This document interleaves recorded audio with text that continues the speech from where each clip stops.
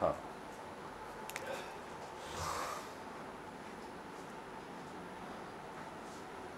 आज का जो मेन टॉपिक है वह फ्रांसीसी क्रांति है।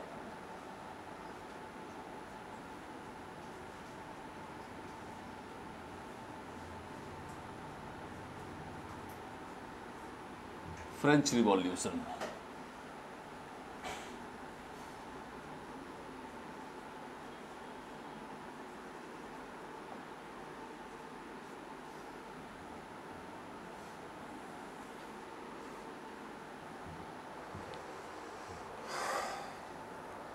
और इससे पहले मैं आपको ये बतला दूं कि पिछले क्लास में हम लोगों ने रेनेसां पढ़ा था।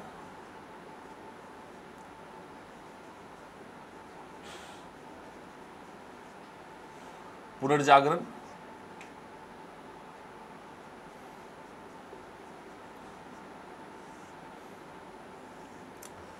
और हमने ये बतलाया था कि पुनर्जागरण नवीन विचारों की अभिव्यक्ति भर है, जिसको आप थोड़ा आपको समझने में दिक्कत हो रहा था, वो कुछ है ही नहीं, वो सिर्फ नवीन विचारों की अभिव्यक्ति है। पुनर्जागरण मध्यकालीन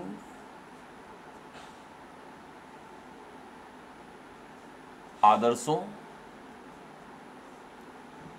मूल्यों,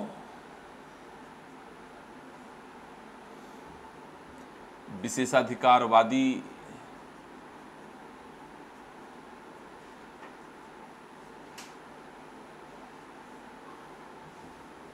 व्यवस्था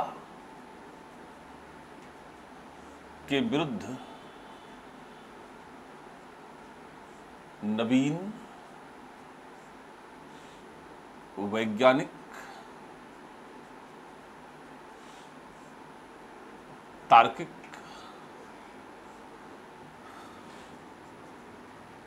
दृष्टिकोण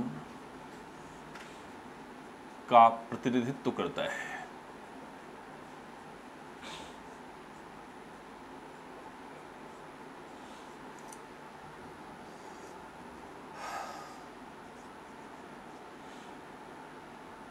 renaissance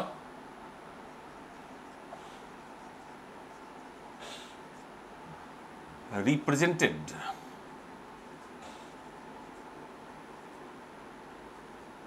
new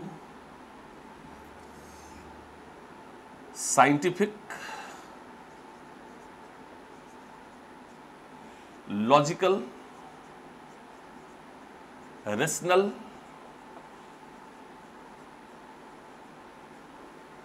outlook against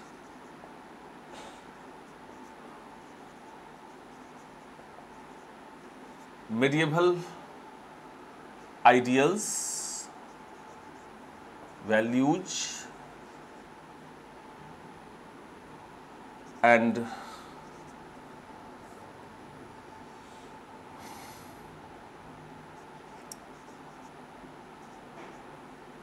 privileges और फोर्सेज। यह जो नवीन आदर्श और मूल्य हैं, इसकी अभिव्यक्ति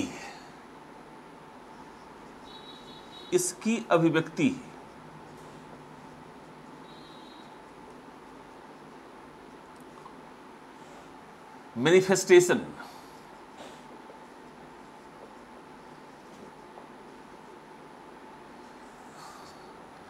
फ्रेंच रिवॉल्यूशन में देखा जा सकता है, फ्रांसीसी क्रांति में देखा जा सकता है, अमेरिकन क्रांति में देखा जा सकता है,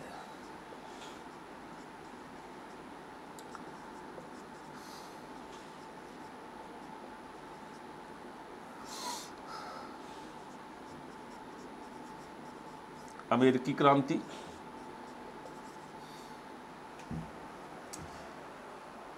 ब्रिटिश प्रजातांत्रिक विकास, ब्रिटिश डेमोक्रेटिक डेवलपमेंट,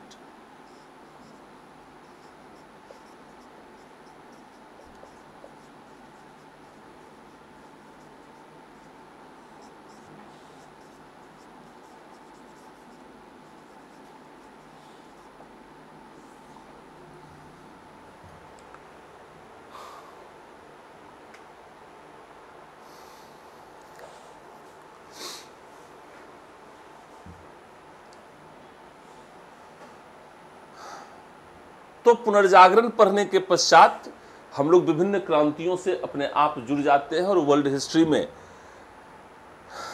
विभिन्न प्रकार की क्रांतियों से प्रश्न पूछे जाने की संभावना अधिक रहती है। किसी भी एग्जामिनेशन में इन क्रांतियों से अधिक प्रश्न पूछा जाता है। हमारे लिए विशेष महत्व जो है वह फ्रांसीसी क्रांति, अमेरिकी क्रांति, रूसी क्रांति, चीनी क्रांति इत्यादि का है। ठीक है।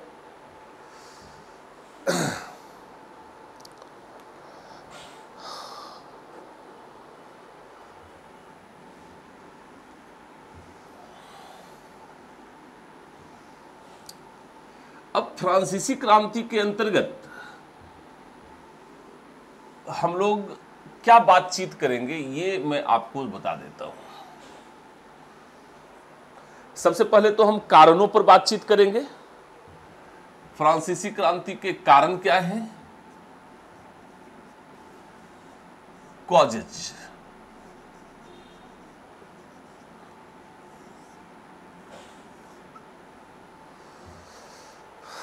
इसके बाद हम कुछ घटनाक्रम पर बातचीत करेंगे as a whole, sequences, consequences.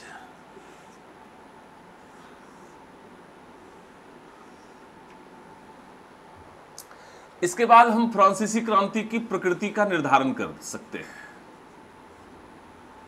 यही जो कंसिक्वेंसेज है इसमें हम विभिन्न प्रकार के चरण भी कह सकते हैं, डिफरेंट स्टेजेज।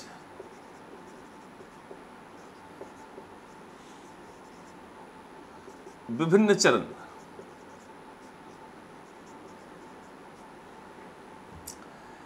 फिर हम नेचर पर बातचीत कर सकते हैं। नेचर पर हम इसलिए बातचीत करेंगे कि एज ए होल आप फ्रेंच रिवॉल्यूशन को समझ सकें। इसके पश्चात दार्शनिकों की भूमिका पर बातचीत कर सकते हैं, रोल ऑफ फिलोसफर्स।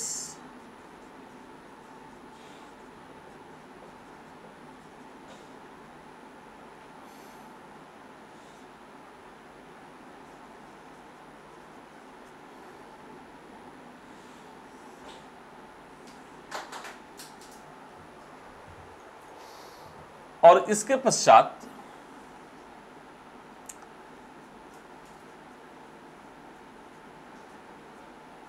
नेपोलियन के उदय व पतन पर हम बातचीत कर सकते हैं, rise of Napoleon, rise and decline of Napoleon.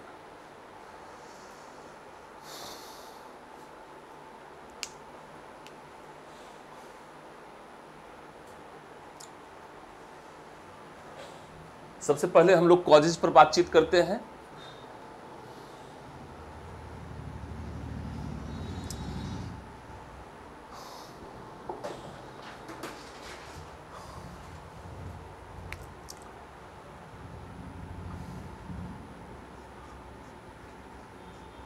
इसमें हम राजनीतिक कारण पर चर्चा कर रहे हैं।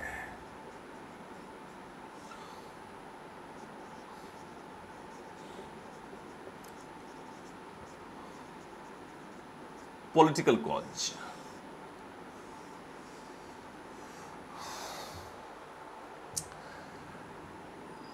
फ्रांस में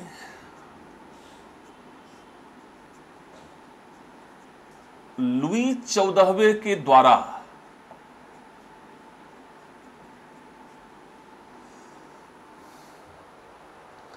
सामंतों को नियंत्रित कर एक केंद्रीकृत शासन की स्थापना की गई।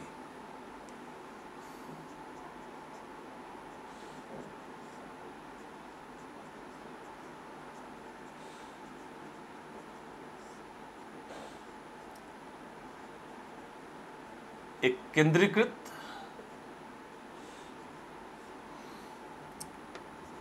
व निरंकुश राजतंत्र की स्थापना की गई है।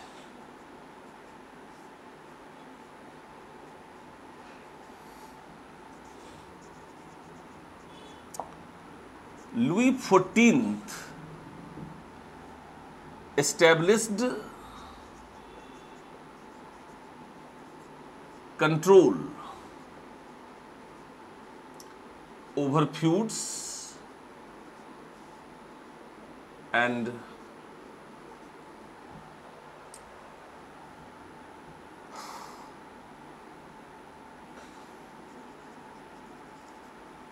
founded a centralized despotic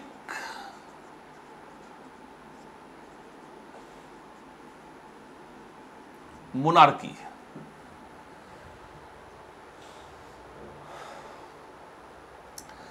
जब भी कोई केंद्रीकृत राजतंत्र की स्थापना होती है,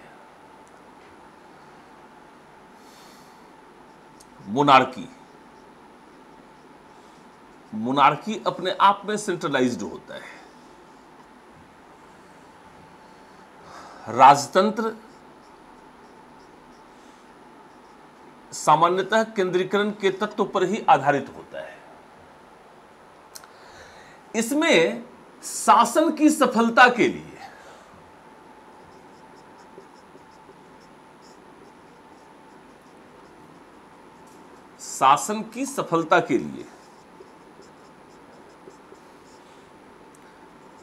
राजा का योग्य होना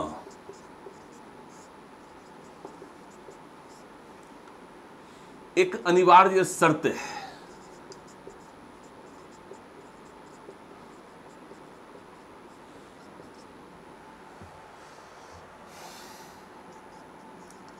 For successful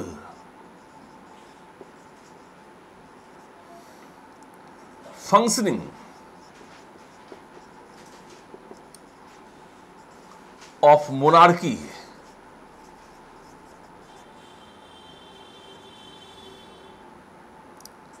an important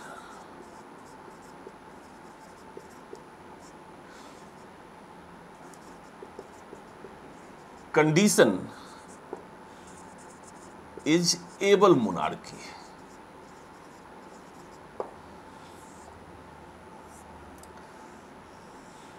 यदि राजा योग्य नहीं होगा तो संपूर्ण शासन तंत्र विघटन या पतन की ओर अग्रसर हो जाएगा। अर्थात जो सामंत हैं ये फिर से शक्तिशाली हो जाएंगे, और यदि सामंत शक्तिशाली होते हैं तो राजतंत्र विघटन की ओर बढ़ जाएगा, डिस्ट्रक्शन की ओर बढ़ जाएगा। After Louis XIV, Louis XV and Louis XVI came। Louis 14वें के बाद लुई 15वां और लुई 16वां आया, जो ना तो योग्य शासक था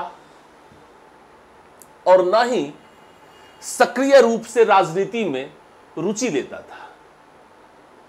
शासन के प्रति वह उदासीन रहता था। तो यहां पर जो राजनीतिक कारण है उसमें सिर्फ हमें यह बतलाना है कि due to inability, indifferent attitude of Louis XV and XVI,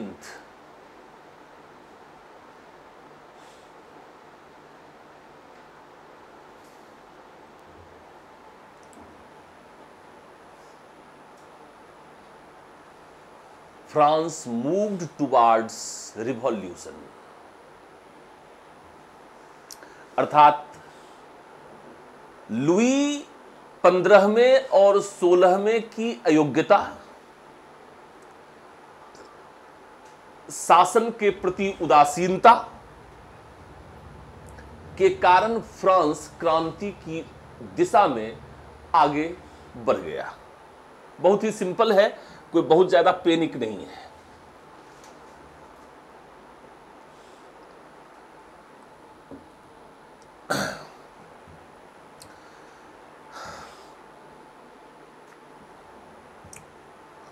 सामाजिक कारण पर हम आते हैं।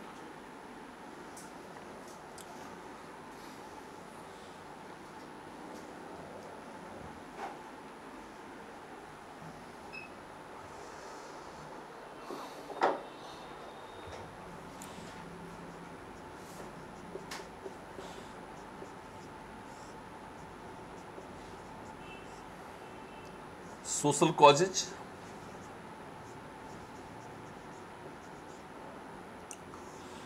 कहते हैं कि फ्रांसीसी क्रांति का मुख्य उद्देश्य समानता को स्थापित करना था, अर्थात जो फ्रांसीसी समाज है वह असमानता पर आधारित है। फ्रांसीसी समाज 3 भागों में बटा हुआ है। एक को कहते हैं फर्स्ट स्टेट, दूसरे को कहते हैं सेकेंड स्टेट और तीसरे को कहते हैं थर्ड स्टेट।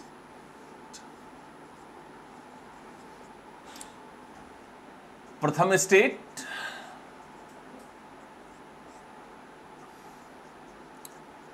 द्वितीय स्टेट और तृतीय स्टेट।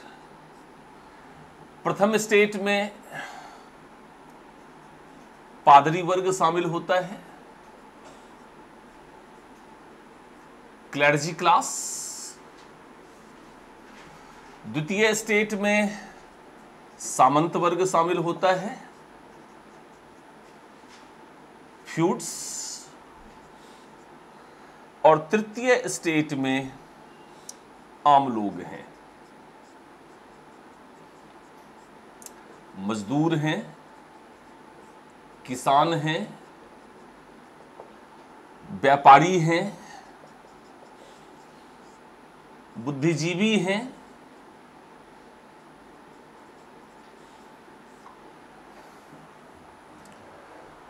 थर्ड स्टेट में कॉमन मैन है, लेबर क्लास है, पीजेंट क्लास है, ट्रेडर क्लास है और इंटेलेक्चुअल क्लास है, अर्थात रेस्ट ऑफ द पीपल। ये जो 2 वर्ग हैं,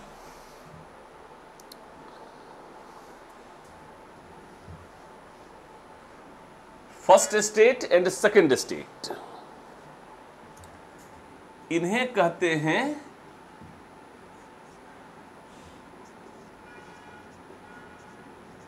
प्रिविलेज्ड क्लास,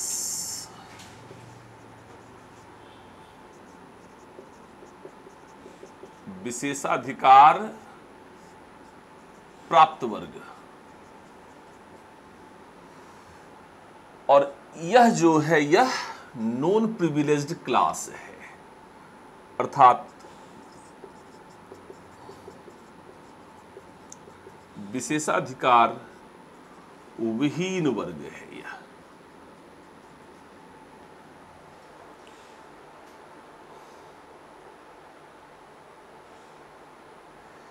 इन्हें विभिन्न प्रकार के करों को लगाए जाने का भी अधिकार प्राप्त है, फर्स्ट स्टेट को भी और सेकेंड स्टेट को भी।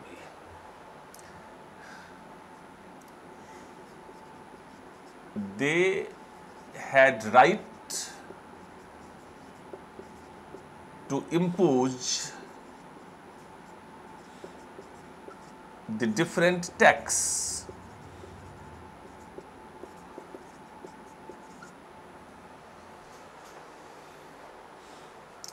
और ये कर किनको देना था?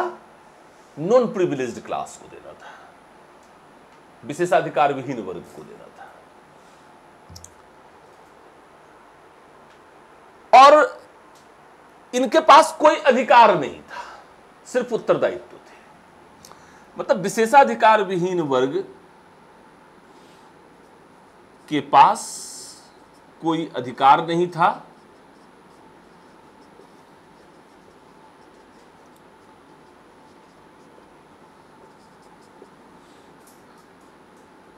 सिर्फ उत्तरदायित्व था।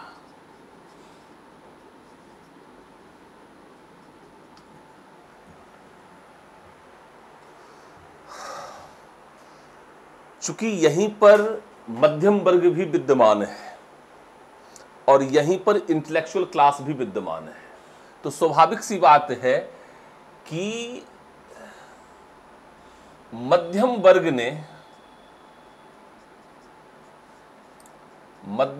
ने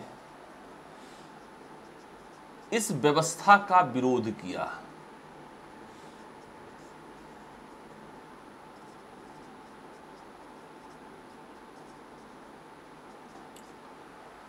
और मजदूरों और किसानों ने इनका समर्थन किया, आम लोगों ने इनका समर्थन किया। तो non privileged class had no rights, they had only responsibilities.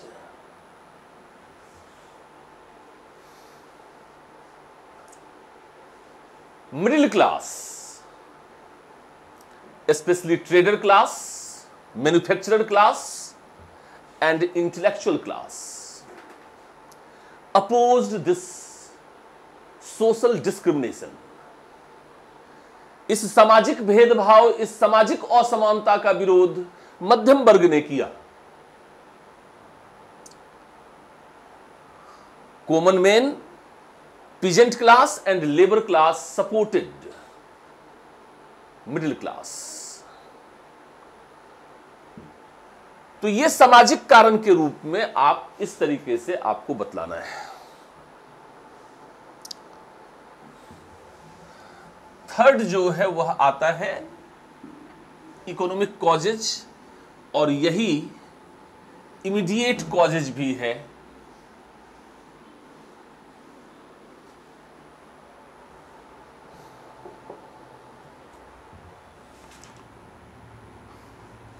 आर्थिक कारण,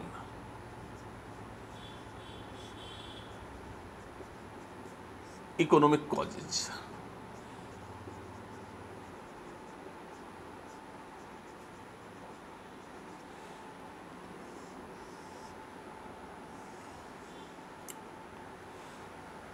और यही तात्कालिक कारण भी है, यही इमीडिएट कॉजेज भी है।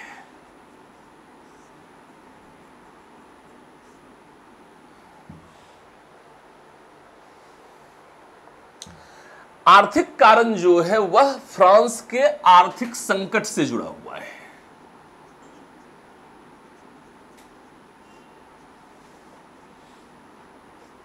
इकोनॉमिक क्राइसिस से जुड़ा हुआ है।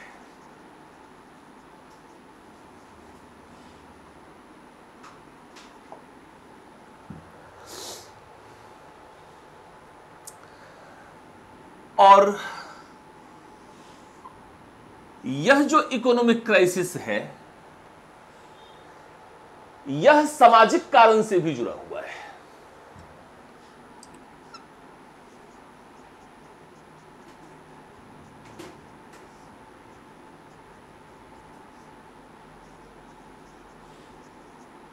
सोशल कॉजेज से भी जुड़ा हुआ है,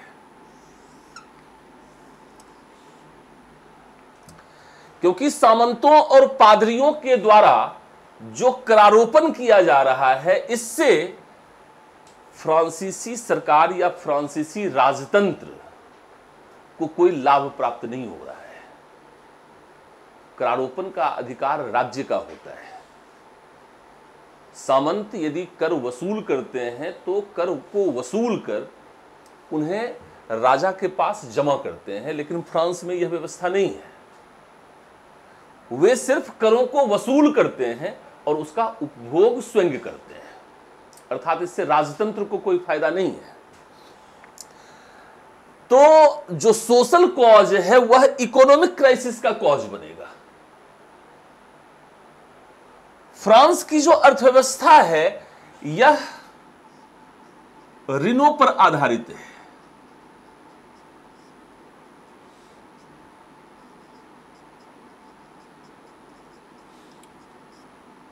French economy is based on debts,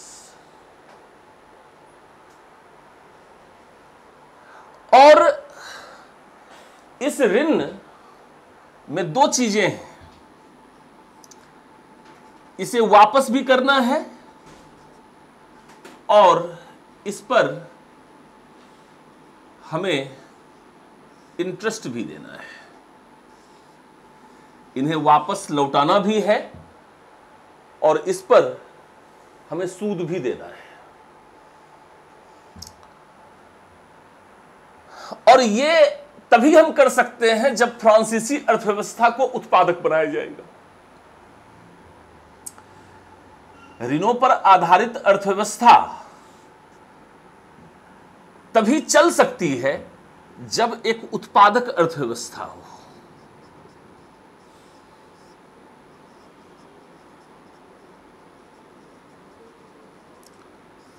एक प्रोडक्टिव इकोनॉमी हो।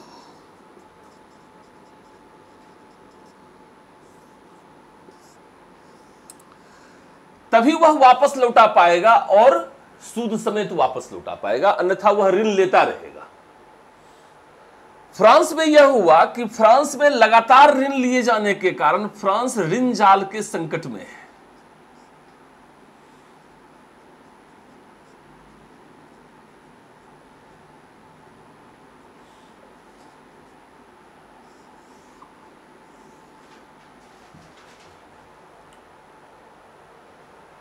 और पारंपरिक रूप से यूरोप में, एशिया में, अफ्रीका में और अमेरिका में ब्रिटेन और फ्रांस के बीच उपनिवेशों को स्थापित करने के लिए प्रतिस्पर्धा भी थी।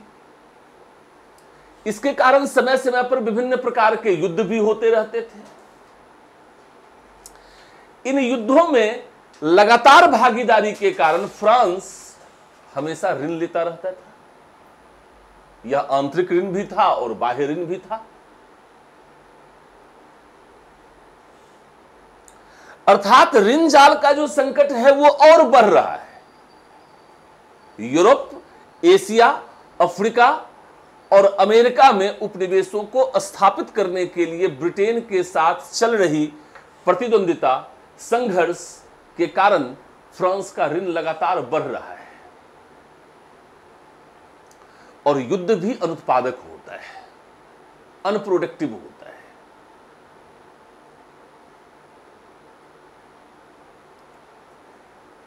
तो due to regular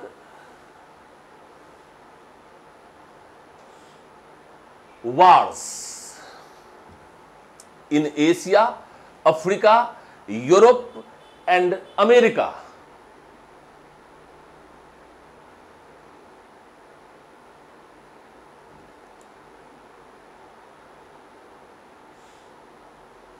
economic crises reached at its zenith.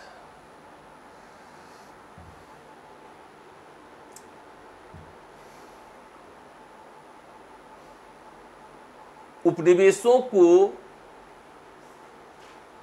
प्राप्त करने के लिए ब्रिटेन और फ्रांस में पारंपरिक प्रतिद्वंदिता थी, जिसके कारण यूरोप, एशिया, अफ्रीका और अमेरिका में लगातार फ्रांस युद्धों में अपनी भागीदारी कर रहा था और इस प्रकार फ्रांस का आर्थिक संकट अपनी चरम प्रकाष्ठा पर पहुंच गया।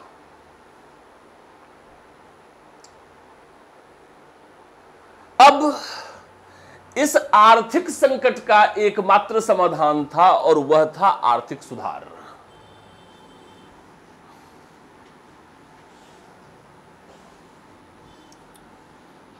आर्थिक संकट का एकमात्र समाधान आर्थिक सुधार था। Now there was only one way to reform the economic crisis, that is economic reform,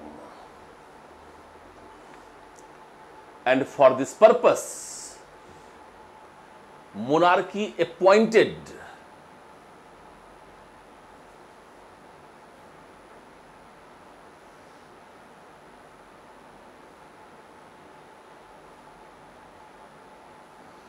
able finance ministers like Turgot, Necker, Quesnay, Calonne।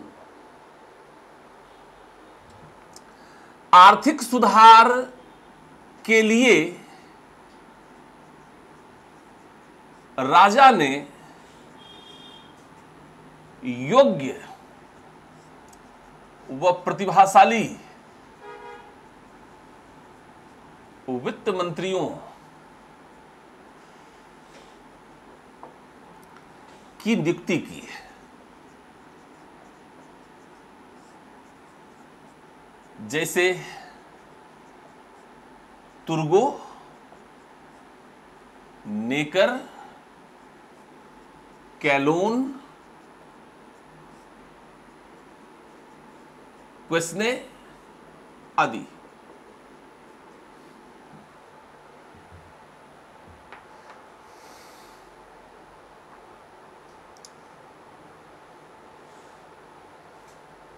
NECKER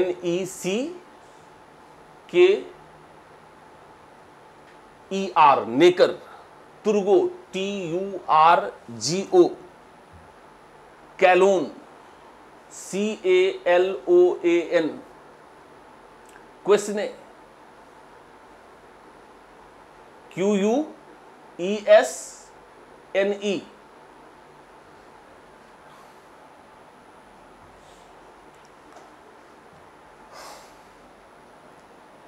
लेकिन अयोग्य राजा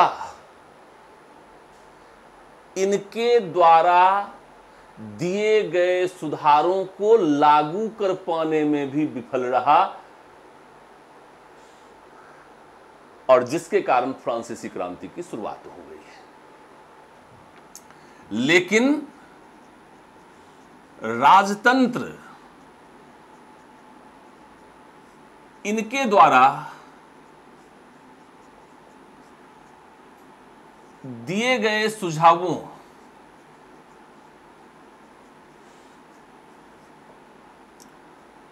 को क्रियान्वित करने में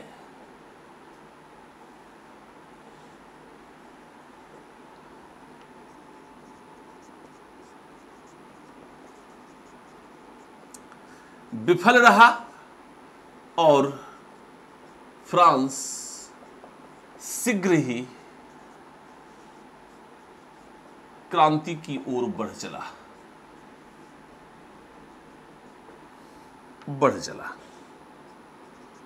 but monarchy failed to execute